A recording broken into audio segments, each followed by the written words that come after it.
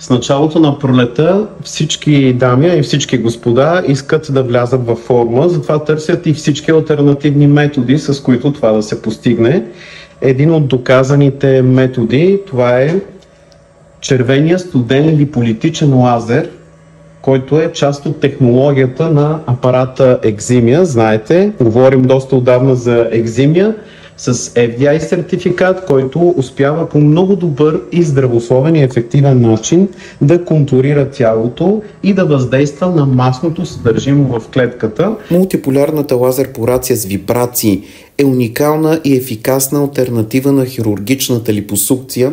Вакуума с биполярна радиочестота и магнитотерапия елиминират целулита в различните му стадии, като активизират кръвообращението и насищат тъканите с кислород, като по този начин стимулират производството на колаген и еластин, възстановяват еластичността на кожата и премахват стриите. Комбинираното действие на тези терапии гарантират резултати в ремоделирането на тялото.